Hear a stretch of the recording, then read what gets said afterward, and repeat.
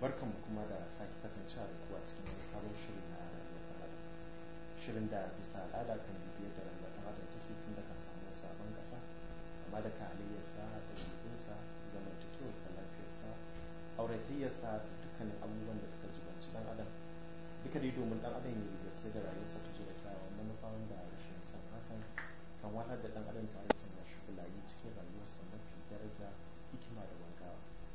To kamar yadda aka saba, suna na Zahardin Muhammad Jawuzi, na cikin yadda Allah yau shirin namu ya samu bancin Sheikh Lawan Abubakar, babban limamin masallacin Juma'a na taron da ke kwale birnin jihar Kano.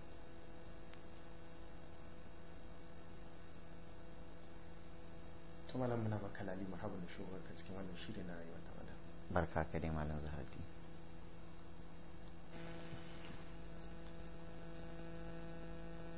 To masha Allah. To yau abinda wannan shiri zai duba na tsanaki ne kan aure. Sanin kowa ne babban makaranta ta kowane ɗan adam ta ce aure. Aure shi ne ɗaya hanya da take samar da dukkanin ɗan adam da tarbiyyantar da shi da ilmantar da shi inda zai ci gajiyar kansa da kuma amfanar da al'umma baki ɗaya. Wanda rashin sanin manufar menene aure ko fasarar menene aure yana ɗaya daga cikin abubuwan da suke haifar da wasu daga cikin mutane suke samun tasgaro ko suke cin karo da irin abubuwan da abubuwa na rashin jin daɗi musamman a zamantakewa. Bisa ga haka ne malam zai mana sharhi musamman a kan menene aure a ma'amala ta addinin musulunci, wa ya kamata a aura da kuma haƙƙin ma'aurata, wanda ya zo neman aure da kuma wanda za a aura. Kowane ɗaya daga cikin su ya kasance ya san haƙƙin ɗaya daga cikin su, wanda ta hakan za a samu kyakkyawar zamantakewa. To malam, kamar yadda ne shimfiɗa yau za mu ji shin shi ana magana aure mafiya akasarin al'umma sukan shiga yanayi na aure ba tare da sanin fassarar menene auren ba. Shin menene aure? To a'udhu billahi minash shaitanir rajim. Bismillahir rahmanir rahim. Alhamdulillah wassalatu wassalamu ala rasulillah wa ala alihi wa sahbihi wa man wala. Yan uwa masu kallon mu da sauraron mu, ne mana sallama ta addinin musulunci. Assalamu alaikum wa rahmatullahi wa barakatuh. To duba zuwa ga wannan tambaya da malam Zahardin yayi, abu ne wanda yake da matukar mahimmanci ba sai aure ba kadai, a dukkanin wani fagage na rayuwa. Tare da cewa shi auren shine tushe kuma shine ginshiki, yana da kyau a ce mutum ya san menene abin da zai shiga, domin sanin abin da za ka shiga yana sa in ka shige shi ka shiga bisa ga ilimi kuma ka yi shi yadda ya kamata. Kurakuran da za a samu duk da ɗan adantaka sukan ragu idan ya zama ana ɗora abu bisa ga sani da ilimi.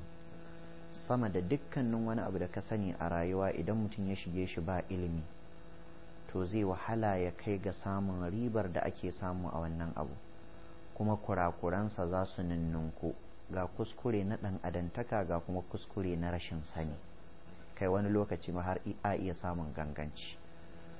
Aure, kamar yadda muke ji kuma ka sani, hanya ce ɗaya da Allah subhanahu wa ta'ala ya ƙaddarawa dukkanin halittu samuwa ta ita.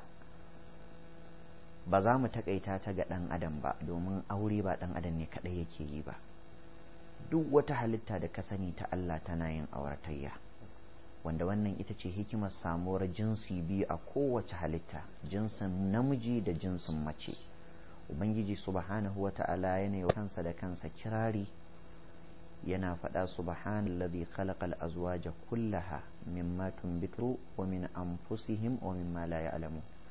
Sarki ya tabbata ga ubangijin da ya samar da dangi biyu, namiji da mace, cikin dukkanin halittu, cikin abin da ƙasa take tsararwa. Ma'ana hatta shuke-shuken nan da muke gani, mun sani ko ba mu sani ba, akwai maza akwai mata.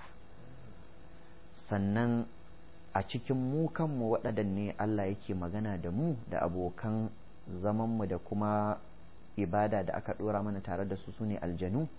Domin duk inda ka ji ƙur'ani yana magana da mutane, to wannan maganar irin ta shafi aljanu, domin mu biyu ne Allah ya ɗora mana nauyi na mai masa biyayya kuma mu koyi da abin da ya hore mu da shi cikin ƙur'ani da kuma cikin koyarwar annabawan da ya turo mana.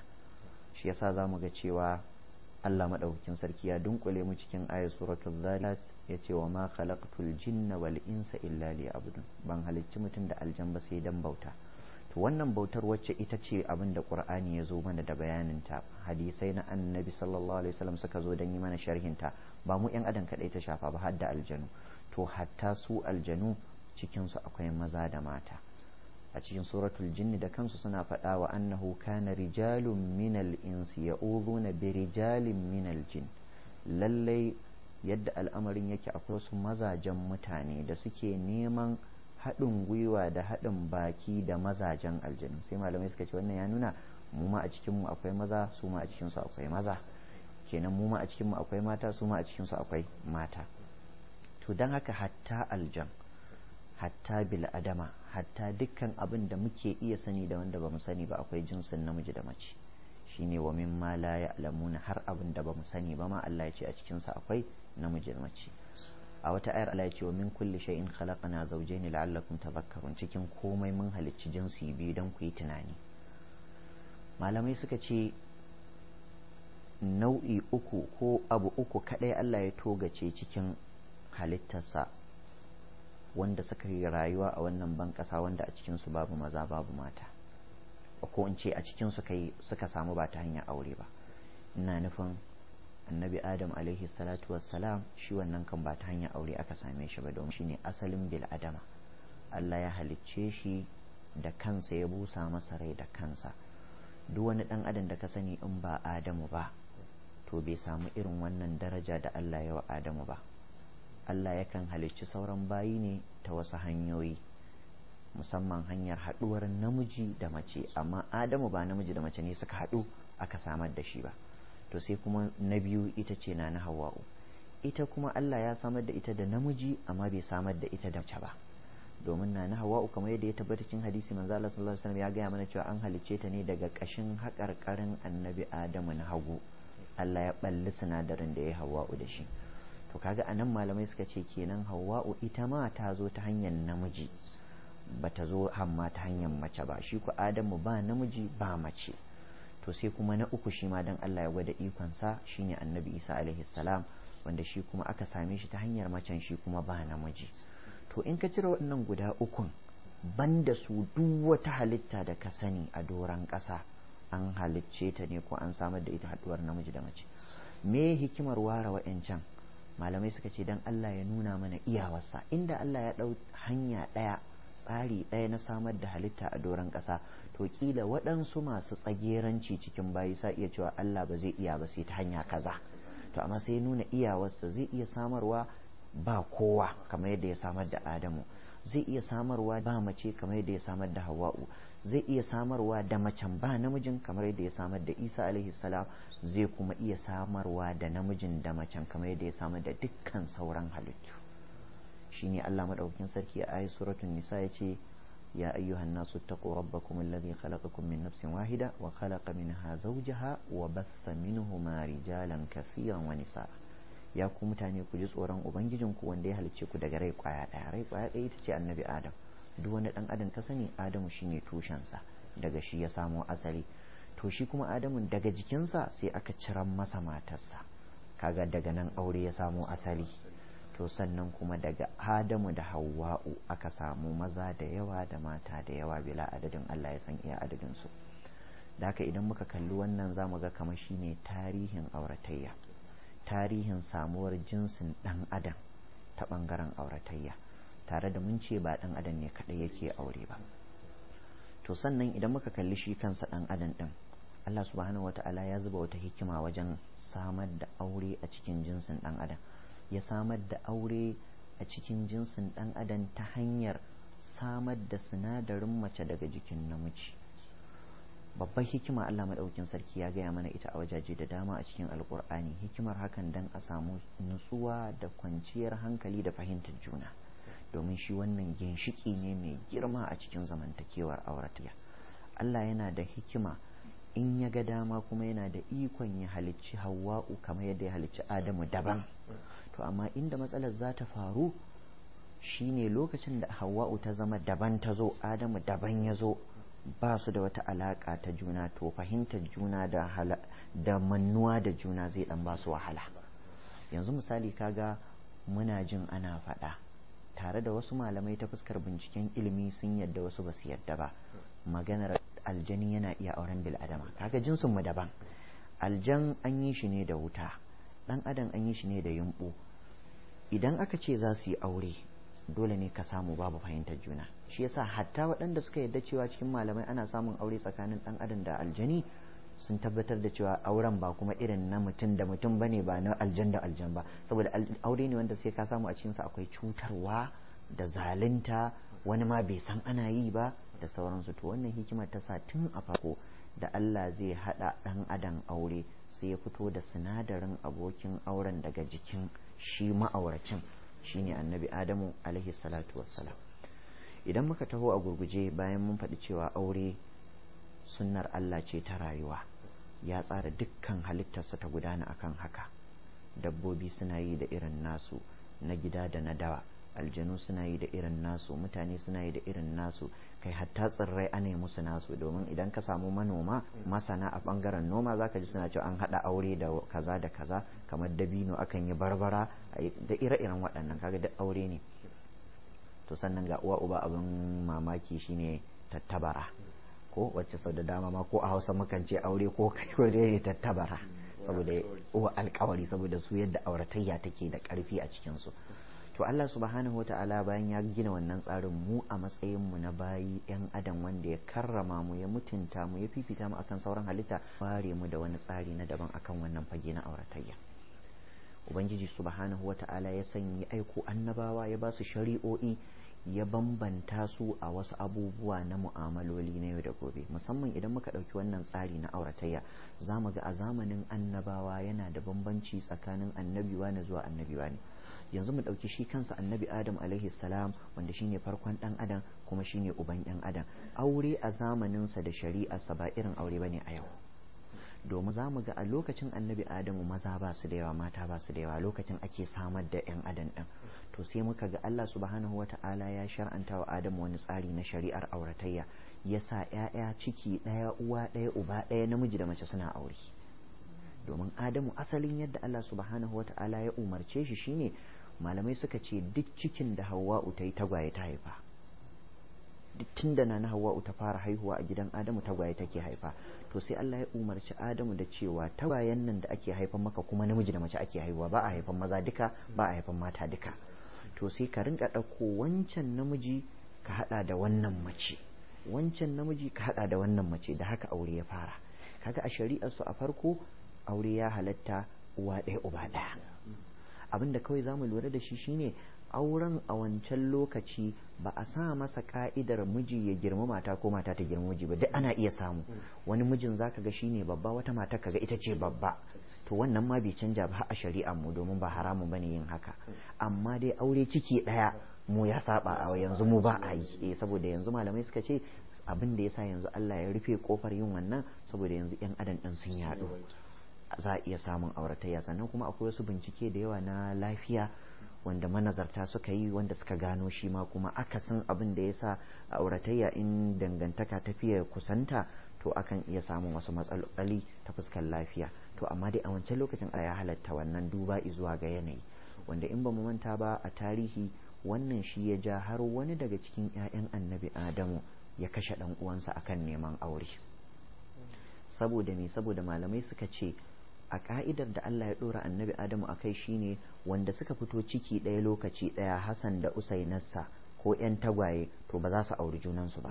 Amma a ɗauka a wara, a ɗauko warin wancan da warin wannan. To sai aka samu wani Habil, shi kuma sai ce shi dole wacce suka zo ɗaya zai aura. Malaman tarihi sukan ce saboda shi wacce suka zo ciki ɗaya ta fi kyau akan wacce ɗan uwansa Qabil ya zo da ita. Shi ‘yar uwar Qabil ba ta kai ‘yar uwar Habil kyau ba. To sai ce shi a ka'idar aure kamata ya shi ya auri waccan ‘yar uwar Qabil wacce suka zo tare, shi kuma Qabil ya aura ‘yar uwarsa. To shi kuma sai ce bai yadda ba, shi dole tasa zai aura, ta fi kwanta masa a rai. To wannan yasa aka samu hamayya da sa'insa har ta kai ga ɗayan ya ce zai kashe ɗayan. suka ce wannan shine sababi da dalilin da ya ce sai ya kashe shi, domin ƙur'ani dai bai faɗi dalilin ba, amma dai ƙur'ani ya faɗi ci alwashin zai kashe ɗan uwansa. amma malaman tarihi sukan ce dalilin shine wannan. Haka wasu malaman sukan ce a'a, dalilin shine shi Habila makiyayi ne, shi Kabila manomi ne, ko kuwa Kabila shine makiyayi, wancan shi kuma manomi. To a ka'idar Allah madaukakin sarki a wancan lokacin akwai abin da ake kira da shari'atul qurban ko qarabin, shine lokacin da kai wata ibada in kana so ka gane Allah ya karba, to sai ka kawo wani abu sai ka ajiye shi. Idan ka aje wannan abun, wuta za ta zo ta cinye.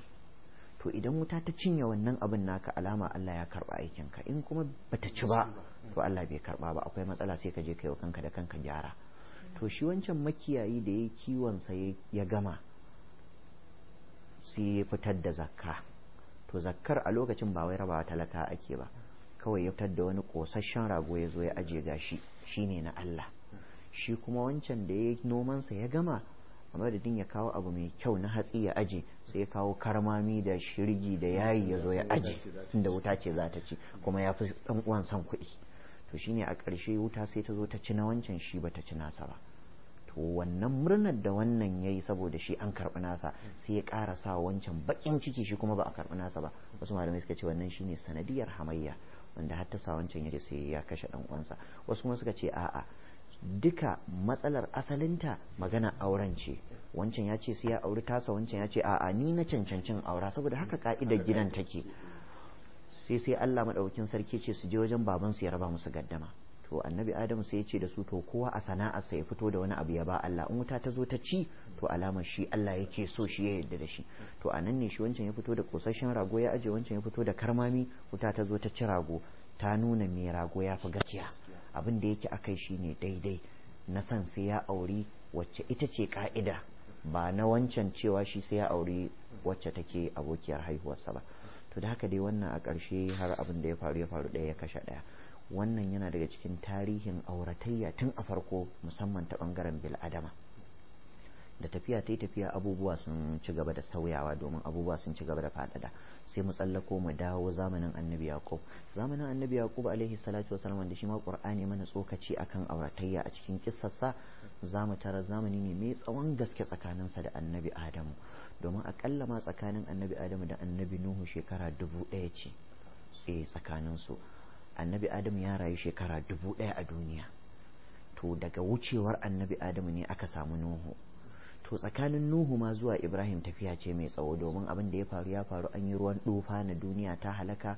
Daga bayan Nuhu ya sake saukowa ƙasa, ya sauka a jirgin ruwa shi da wanda suka tsira tare da shi, sannan fa aka sake hayayyafa, duniyar ta sake zama sabuwa.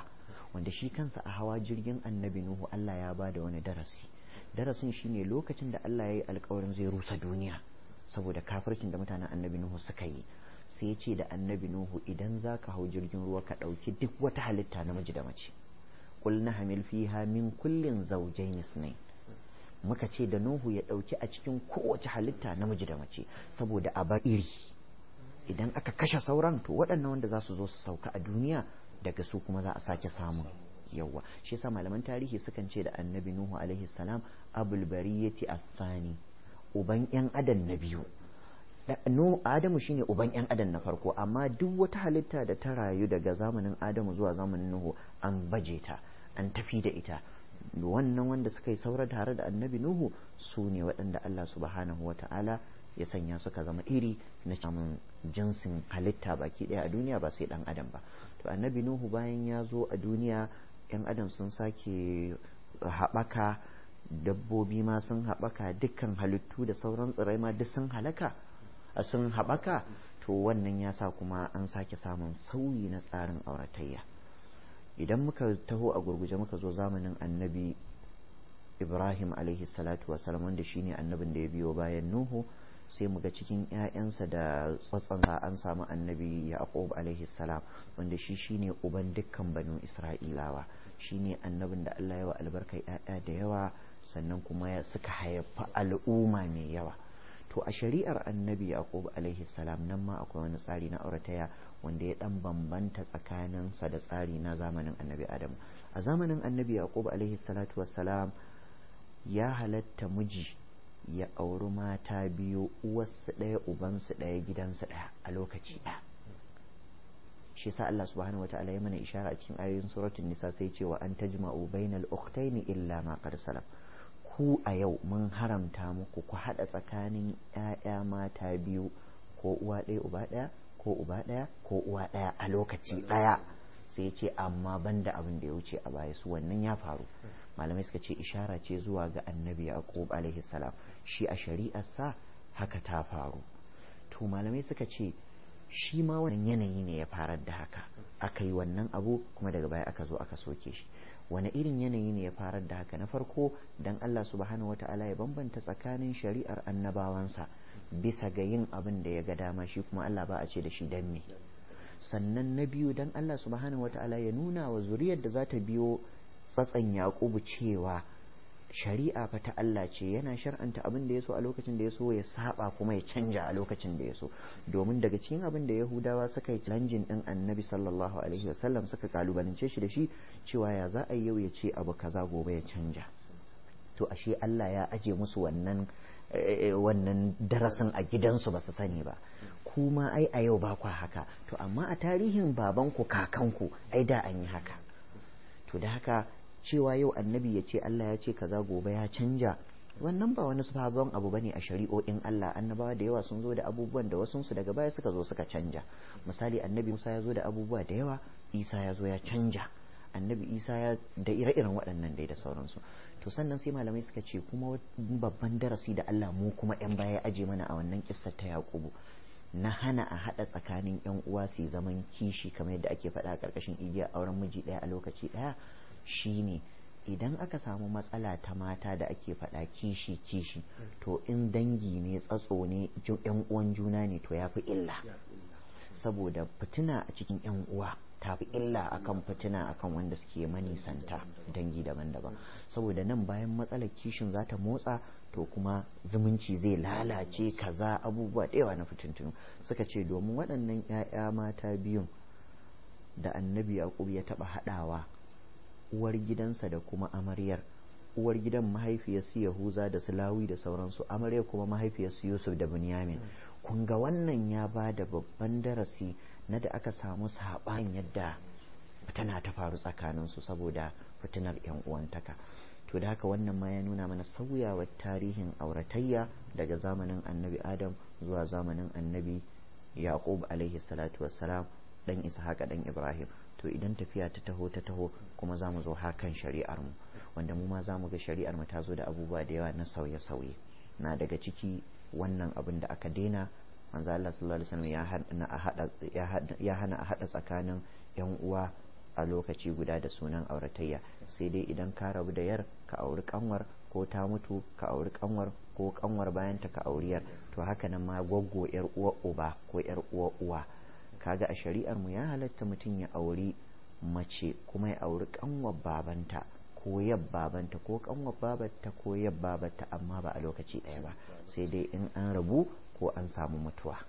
la tujma'u bainal mar'ati wa ammatiha wala bainal mar'ati wa khalatiha. zalla ce ba a hada tsakanin mace da gwaggwanta ko mace da innata su zaman kishi a lokaci ɗaya. wannan duk yana daga cikin matakai da tarihi na shari'a na auratayya. nana Aisha Allah ya kara mata yadda tana ba mu labari a cikin hadisin da Imam al-Bukhari ya fitar a cikin Sahih al-Bukhari, tace manzo Allah ya zo ya tarar da mutane suna auratayyar su, aure iri daban-daban. akwai aure na neman iri, musamman ka san mutanen da suna da fama da yaƙe-yaƙe da faɗan ƙabilanci.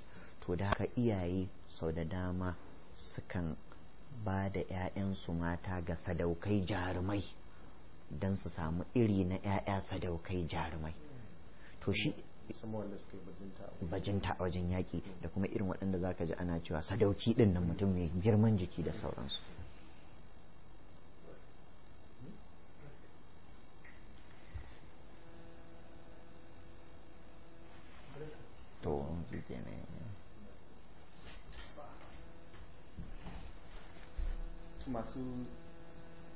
to masu kallon mu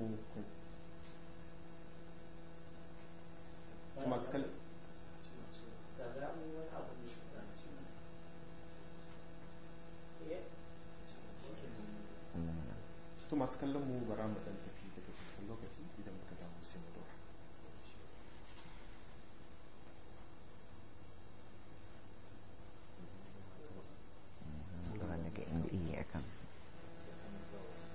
to barkamu da dawo. to assalamu alaikum. Wato manzo Allah sallallahu alaihi wasallam ya zo ya tarar da mutanen Madina suna da nau'in auratayya iri daban-daban, wanda malaman musulunci sukan kawo wannan a matsayin tarihin auratayya a musulunce, irin yadda annabi ya tarar da mutanen Makka. Ya kamata kai shimfiɗa kaza kaza kila wani da tsazi.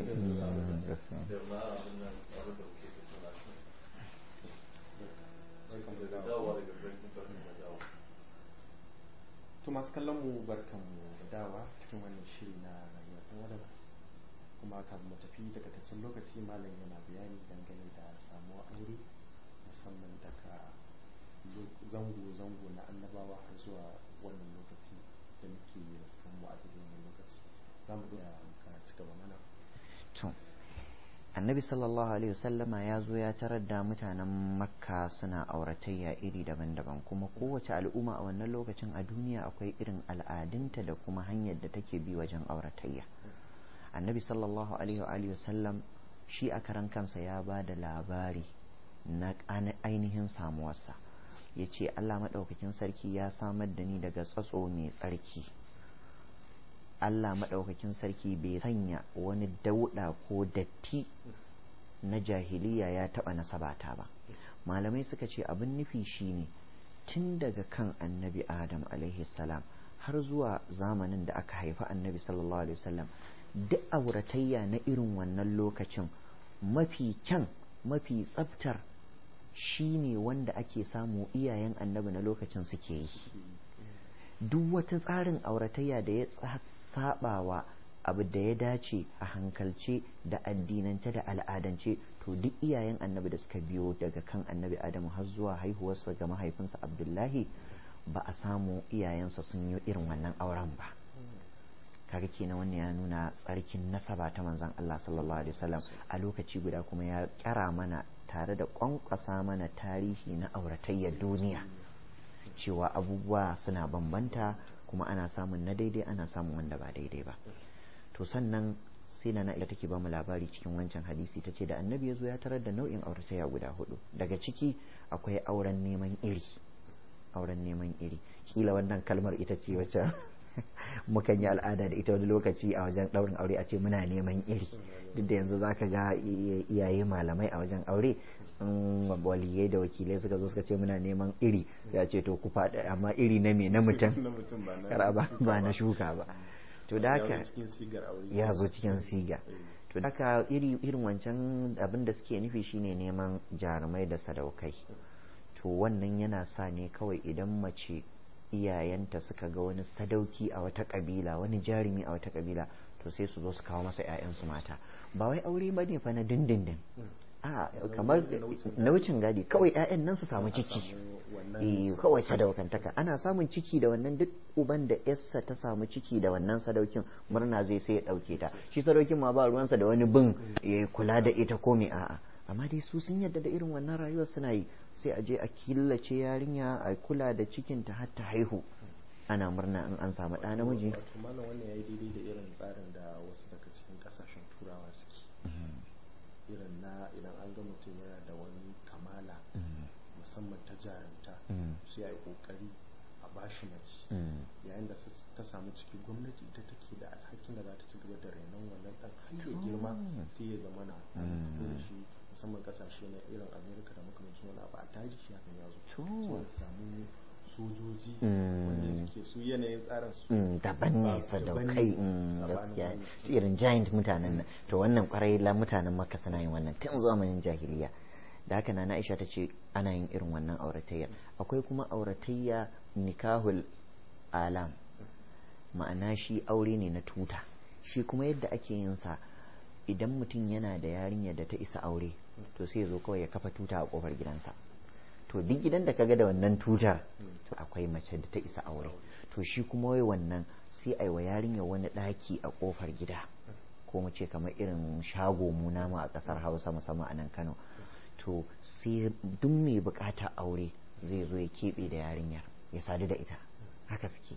To idan ana haka aka kowa yana zuwa yana haka har yarinyar nan ta samu ciki, to idan ta samu ciki sai a dakatar, to sai a jira sai ta haihu. Idan ta haihu to sai a zo a duba, akwai masu ahlul qa'if kamar masana sanin zanen hannu na dan adam, to sai su zo su kalli zanen hannun yaron da kuma zanen hannayen duk waɗancan waɗanda suka tara da wannan mata, wanda aka samu daidai to sai a ce wannan ɗanka ne da haka kai za ta aura. Suna yin wannan. To sannan kuma akwai auren shi kuma kamar ka ce gwajin takalmi ko gwajin taɓin gishiri ko me, shi kuma yadda suke yi shine shi ma idan mace ta isa aure iyayenta za su sanar da cewa, to su wancan kai na baya kafin in abin nan, ranar da za a zo tantancewa iyayen miji za su zo da iyayen mata dangi dai a haɗu. Idan waɗannan masu bincike suka tabbatar ɗan wane ne za a yi murna yanzu shine mijinta, daga nan kuma sai a shirin shagalin aure ta zama matarsa. To sannan kuma akwai wannan aure shi kuma cikon na uku, shi kuma yadda suke yi shine bayan an sanar da cewa yarinya muna da yarinya ta aure, to kowa duk wanda yake neman aure kuke so ya aure zai zo ya tara da ita, to ita kuma za ta zaɓi wanda ya mata a cikinsu wanda ya fi gamsar da ita, to a nan ne shi kuma da shi za a yi aure, kowanne da hikimar su da suke yin wannan aure. To sannan kuma akwai irin auren mu na yau shine nikahun nasu yau, Nana Aisha ta ce da kuma irin auren mu na yau shine wanda shi kuma idan mutum ya ga budurwa ko yarinya yana so da aure zai je turo wakilansa kamar mahaifinsa ko wasu dai danginsa su zo su samu iyayenta su kuma waliyanta, a nema masa izini, a yi maganar sadaki, a yanke, a zo da rana, a yi taron shaidawa, a watsi. To da annabi ya zo duk wa'ancan auratayyar sai ya watsi da su, sai ya zaɓi wannan. Da haka hatta wannan auren da muke yi din nan karka ɗauka cewa musulunci ya zo da shi tun asali, a'a musulunci ya zo ne ya tadda shi, amma sai ya tabbatar da shi ɗan abubuwan da kila ba a rasa ba na kurakurai aka ɗan gyaggyara, wanda kuma suke na daidai aka daɗa ƙarfafa su, aka yi musu stamping. To kaga wannan shine tarihin yadda auratayya take, wanda kuma a ƙarƙashin wannan akwai dokoki da musulunci ya zo ya sanya. Dokoki na shi wanda za a aura kila da wanda za a aurar da dangi da ko gudunmawarsu da komai da sauran ka'idoji, amma dai wannan aure ne wanda yake mai tarihi. Sannan abin da ya kamata mu cike wannan bai gaba da shi shine dukkanin auratayya an gina su ne akan abu biyu. Abu na farko rayuwa, saboda haka Allah ya kaddara wa dukkan wani da har wanda ba dan adam ba, a jikin 'yan adam da ma waɗanda ba 'yan adam ba Allah ya halicci sinadari na son aure. Shi yasa ma za ka ga wasu addinai da wasu suke warewa a cikinsu su ce ba za su yi aure, wasu wannan ɗin ana yi musu kallo na musamman, ko addinin musulunci ko ba na musulunci ba. A cikin musulunci akwai wanda suka yi yunkurin haka, suna ganin kamar hakan zai fi ba su damar su yi bautar Allah. Tun a zamanin annabi sallallahu alaihi wasallam cikin sahabbai suna cewa mu ba za mu yi aure ba, mu kaza. Annabi ya ce a'a, babu wannan a musulunci, la rahbaniyata fil islam, babu zaman kadaici mutum ya ce ba zai aure ba. Shi yasa ma wani daga cikin sahabbai, in ban manta ba, Jabir ne yake cewa manzo Allah sallallahu alaihi wasallam ya hana wani daga cikin sahabbansa jarumi zakakuri mai sanya bauta Allah da ya ce shi zai yanke alaka da auratayya, zai ci gaba da bauta Allah, sai manzo Allah ya ce masa a'a, mu ba ma wannan, babu wannan a cikin mu. To hasali ma zaka ga in dan adam ya ce zai yi wannan, kai ba dan adam ba ko ma waye, in ya ce zai yi wannan karshe ƙarya yake, baya iyawa, sai ya koma yin waɗansu abubuwa kuma na sabo, ko dai ya koma bin matan mutane, ko kuma ya koma bin namiji in namiji ne, ko mace ta koma bin mace ƴar uwarta, wanda kuma kaga asali inda za mu tsayu akan ka'idar da Allah ya dora mu, to za mu zauna lafiya. Da haka aure dai rayuwa ce, sannan kuma addini. To malam, abu na gaba shine waye kamata waye a aure, da ma'ana waye yake da hakkin ya aure, waye kamata aura, waye kamata ya aura. Yani to na farko idan muka kalli ta fuskar rayuwa, shekaru da abin duniya, addinin musulunci ya ba da kowanne bangare misali dangane da abin da ya kamata ya kasance ta fuskar auratayya. Misali, a shekaru addinin musulunci bai iyakance shekarun aure ba ga maza ko ga mata.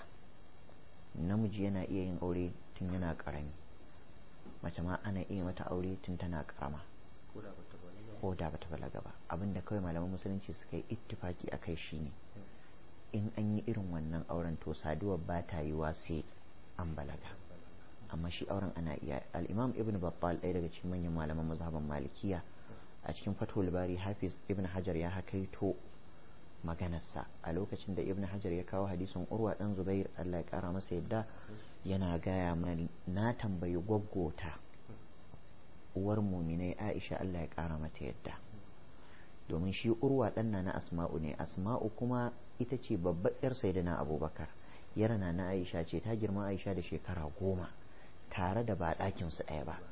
To amma da Allah ya kaddara wa Aisha ita bata haihu ba, to sai zama yawancin ƴaƴan asma'u Aisha ita ta rike su, kamar Abdullahi babban ɗanta, shi yasa ma ake wa Aisha alkunya da ummu Abdullahi. Abdullahi ɗan Zubairu ne da ta rike ɗan yayarta. To bayan Abdullahi akwai Urwa shi ma ɗan Zubair ibn al-Awwam. To Urwa yana daga cikin waɗanda suka lizumci na Aisha tare da gwaggwansa ce, amma yana mu'amala da ita ma kamar ta jika da kaka, yakan yi mata tambayoyi na abin ban mamaki ta gaya masa, domin shi Urwa ɗin yaro ne ƙarami, a wani ƙaulin ma bai riski annabi ba, a wani ƙaulin kuma yaro ne ƙarami rayuwarsa ba ta riski manzo Allah sallallahu alaihi wasallama da wayo ba. To da haka yakan tambayi na Aisha tambayoyi na ban mamaki.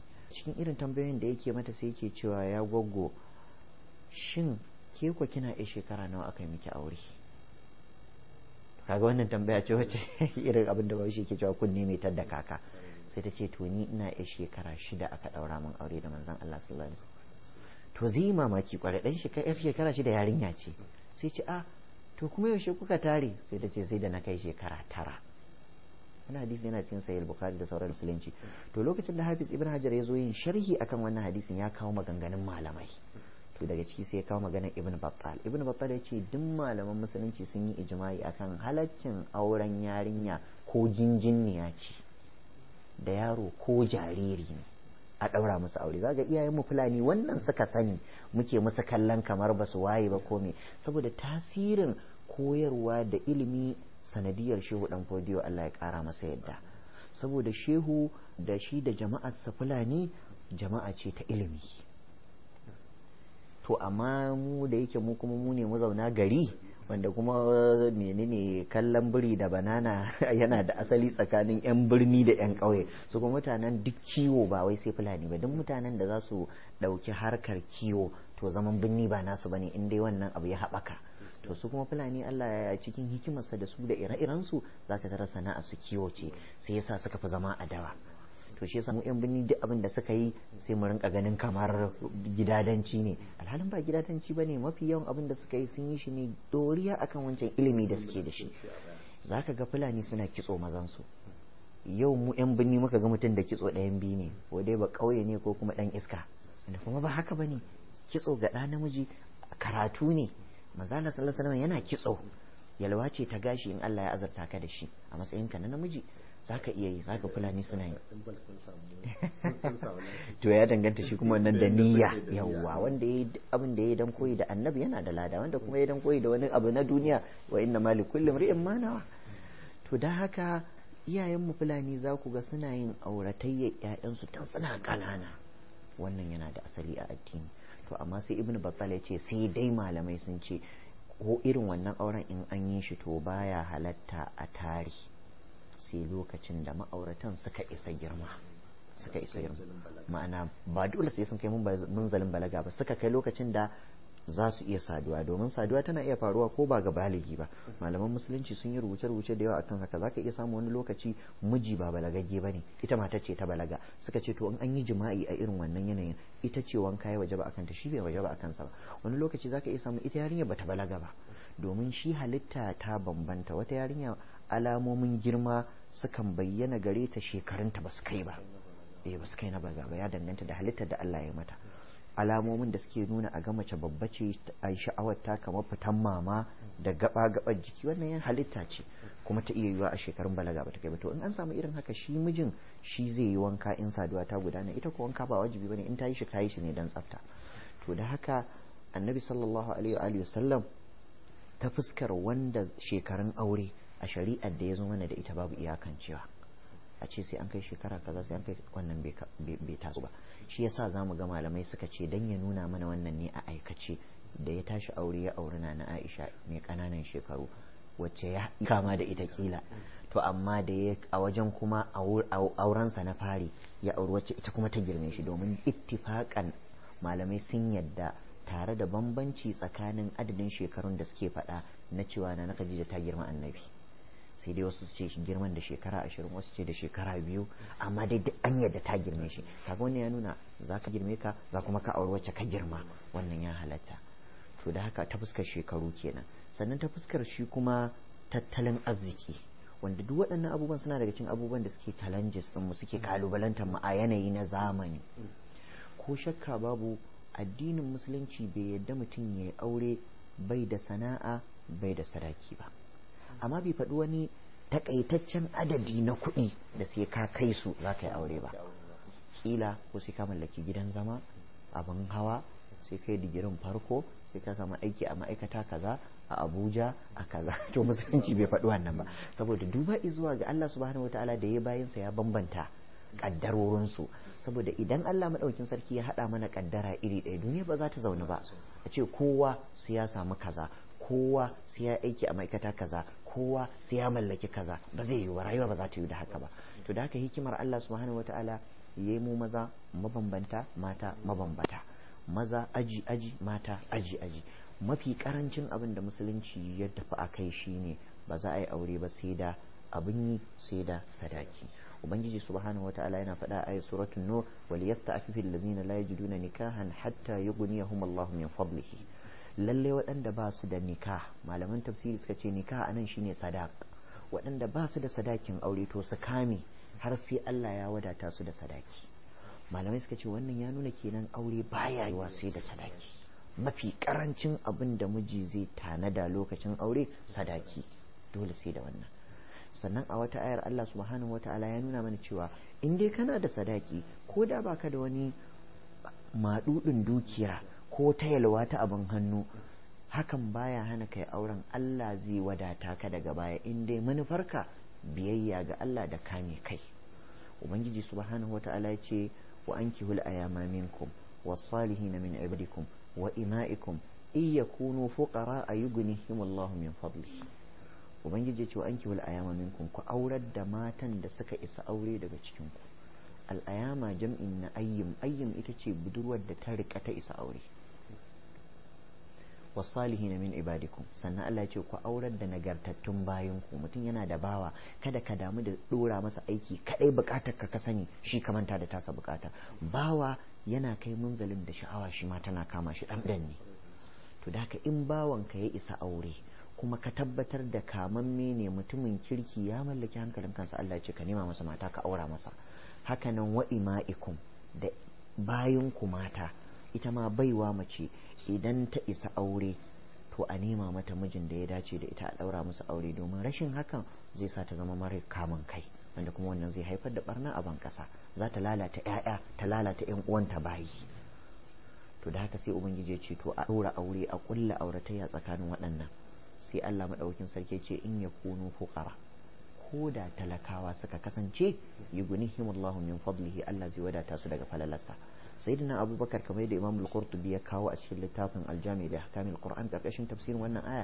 abubakar yana gaya wa mutane Allah ya kara masa yadda ku yi wa Allah ku cika wa Allah alƙawarin sa ya cika muku nasa ma'ana in dai mutum ya aure da nufin kamewa ko aka hada aure da nufin kamewa to shi kuma wadata ta Allah ce zai bayar yayi alƙawarin haka ya rage ku yi naku aufu bi ahadi ufi bi ahadikum ku cikan alƙawari na in cika muku naku to amma a lokaci guda waɗansu sukan fahimci cewar musulunci ya nuna cewa kawai idan mutum ma yana cikin talauci ya aure wanda wannan kuskure ne malamanmu suna faɗa cewa wannan maganar bayan a ruwayance bata tabbata daga annabi ba a hankalce ma irin wannan maganar bai kamata a jingina annabi ba ƙarya ce a fili ya za a yi mutumin da yake cikin bala'i da wahala ka ɗora masa nauyi bai kamata ba to amma dai abin da addinin musulunci ya ce bai sa wata ka'ida ta kuɗi ba sai kana da kaza sai ka mallaki kaza a'a aƙalla kana da abin yi aƙalla lokacin da za a ɗaura auren kana da sadakin da zaka bayar, domin bahaushe ya ce ma mai nema yana tare da samu. Baka da garantin mutumin da yau ka hana shi aure saboda bai da wani adadi na kuɗi, gobe me zai zama. Baka da garantin mutumin da yau ka bashi aure saboda yana da adadi na kuɗi kaza, gobe kuma me zai zama.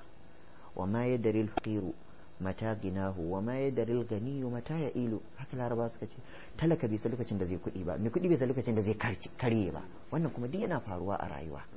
To da haka wata rana wani sahabi kamar yadda Imam Bukhari da Muslim suka rawaito, annabi da sahabbansa suna zaune sai wata mata ta zo ta ce ya ma'aikin Allah ina son ka aure ni. Annabi ya daga ido ya kalle ta sai ya ga bata yi masa ba, sai ya kautar da kai.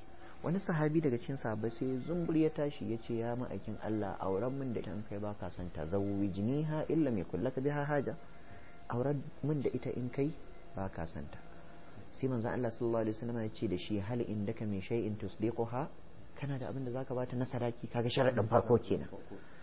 Saboda zamu zo cikin sharuɗan aure, Allah ya ta maimaita kalmar sadaki a Qur'ani, wa atun nisaa saduqatihinna nihla wa atuhunna ujurahunna bil ma'ruf wa atuhunna ujurahunna fariida. Ku bawo mata sadakin su wajibi ne, ku bawo mata sadakin su farilla ne, ku bawo mata sadakin su cikin dadin rai, kyauta ce daga Allah, ba ko kuka ba su ba, Allah ya ba su. To dan haka wannan sahabi da ya tashi ya nuna yana son aure, farkon abin da annabi ya tambaye shi, kana da sadaki?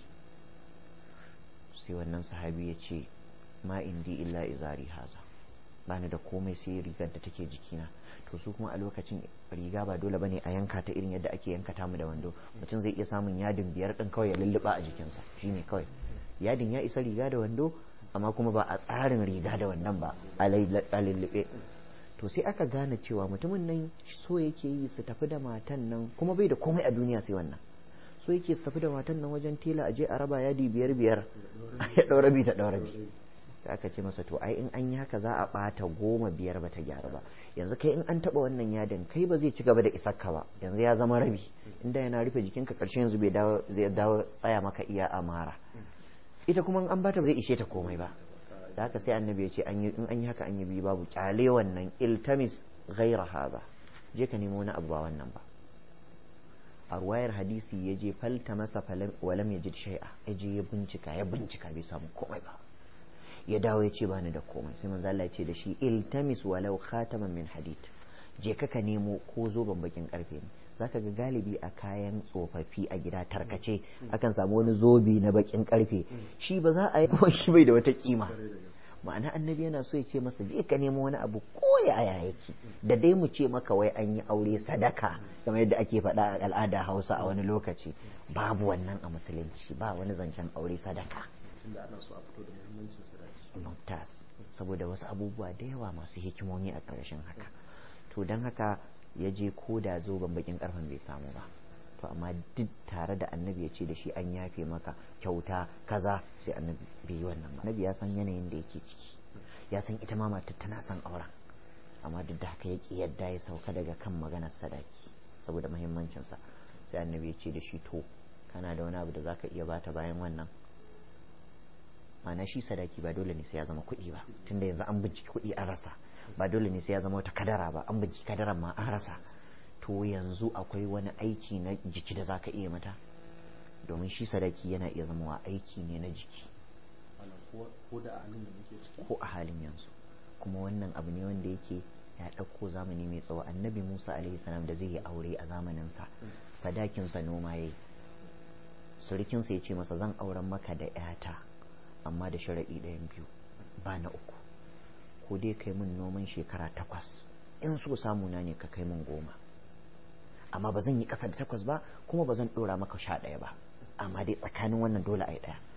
Annabi Musa ya ce ba matsala, zan yi maka ko 8 ɗin har ma 10.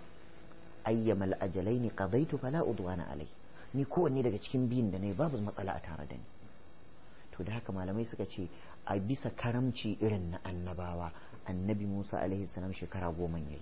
Kaga aiki ne na kwadago, domin a lokacin annabi Musa shirani yake yi, gudun hijira yake yi, ba a tunanin za a samu kuɗi a hannunsa. To amma dai Allah ya bashi lafiyar jiki da ƙarfin da zai yi, da haka sai annabi Musa ya wannan shari'ar da ta samu asali tun daga zamanin annabi Musa ba a shafe ta ba har yanzu.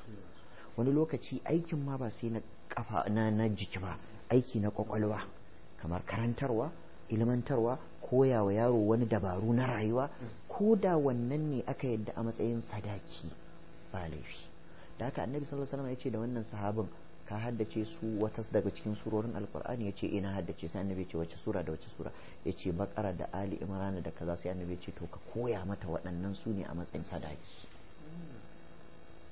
To kaga kenan wannan yana nuna mana cewa sadaki a wajen aure dole ne, ba abin wasa bane ba. Kuma shi wanda zai yi aure sharaɗin farko dole sai ya mallake shi. To sai dai mu dawo akan shin sadakin nan dole a bada shi yanzu ko ana iya barin sa gobe ko jibi? To malamai suka ce ana iya yin sa ajal, ana iya yin sa naqad. Shine abin da in mun je daurin aure a ƙasa Hausa zamu ji ana lakadan wa ajala. Naqad ana nufin hannu da hannu a bada shi yanzu. Ajal ana nufin a yi shi bashi, wani zai auri wance bisa kan sadaki amma sai daga baya zai bayar. Kila manomi ne, duk kuɗinsa suna gona, sai damuna ta wuce an kawo amfani gida. Kila ɗan kasuwa ne ya tarkace kuɗin ya yi oda, sai kuɗin sun zo, kayan sun zo gida lafiya, an yi kasuwanci an samu ribar sai a yi. To da ire-iren waɗannan musulunci ya yarda da wannan. Har ma akwai wani nau'i, wannan kaga shi an gina shi ne bisa ga laru ta kila babu kuɗin. To amma a wani lokaci ma ba larurar bace, kuɗin akwai abin da malaman fiqh suke kira da nikahu tafwid. Nikahu tafwid shine auren manya. Shi auren manya ambatan sadaki ma a wajensa karanta ne. Yanzu alhaji wani ko ranka ya dadewa ne zai auri ya alhaji wani ko ɗaya ranka ya dadewa ne, to a zo ana tattaunawa ma maganar nawa zaka bata sadaki. Su manya a wannan wajen ma an yi karanta, ai an san duk abin da za a faɗa ya fi ƙarfi. Za a iya sa ta bayan gida. Wai bahaushe ya ce ranar bikin balbela farar kaza ba komai, ko ranar bikin farar kaza kai balbela ba komai bace. Abin nufi in ma ka zo kana cewa kuɗi kaza sai a ga haba a matsayin mu ai mun wuce wannan. To malam gashi ka ɗauko sai dai lokaci, amma muna fatan sati mai zuwa da Allah sai mu ɗora a wannan gaba da kaza. To Allah ya kai mu. To masu kallon mu gaba ɗaya a nan